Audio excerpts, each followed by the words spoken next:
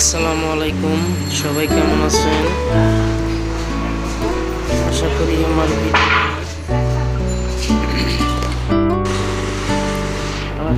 আমার ভিডিওটি আপনাদের কাছে ভালো লাগবে।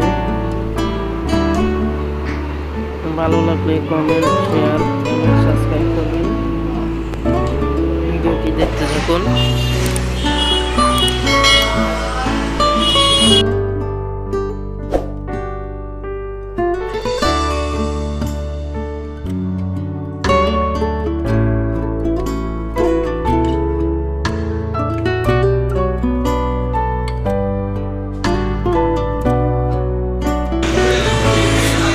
এটি একটি হাতের সুরসভা